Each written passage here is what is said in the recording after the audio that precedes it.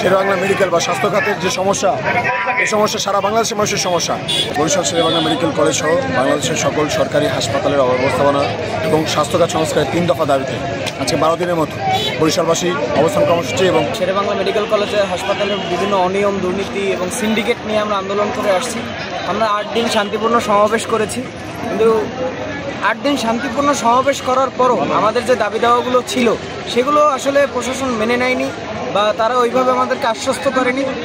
তার পরিপ্রেক্ষিতে আমরা রাজপথে নামতে বাধ্য হয়েছি এবং আমরা ব্লকেট কর্মসূচি দিতে বাধ্য হই। এখন আমাদের দাবি দেওয়া হলো, আমরা যে 3টি দাবি দিয়েছি সেই 3টি দাবি যেন স্বাস্থ্য উপদেষ্টা নিজে বরিশালে এসে আমাদের দাবি দেওয়াগুলো মেনে যে সংস্কারের যে দাবিটি আমরা জানাচ্ছি সেটা যেন সে পূরণ করে। এই দাবি দেওয়াটা শুধুমাত্র আমাদের বরিশালের শেরেবাংলার জন্য না, এই দাবি দেওয়াটা হলো আমাদের সারা বাংলাদেশের জন্য। সারা বাংলাদেশের মেডিকেল সেক্টরই এরকম দুর্বল অবস্থায় রয়েছে। তো আমরা চাই যে সারা বাংলাদেশের যে মেডিকেল সেক্টরগুলো রয়েছে সবাই আন্দোলন গড়ে তুলুক এবং এই যে মেডিকেলের যে দুর্নীতি, সিন্ডিকেটের যে একটা মহল, এই মহলটা যেন ধ্বংস হয়ে যায়।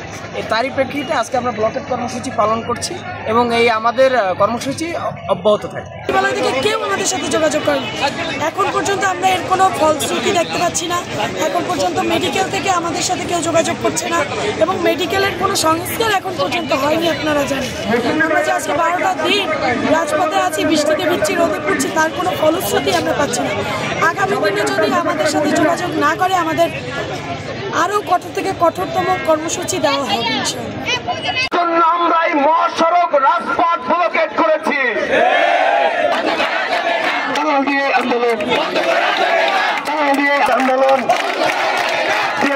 আন্দোলন আপনারা কি মার্কিন চিকিৎসা কেন্দ্র করতে চান?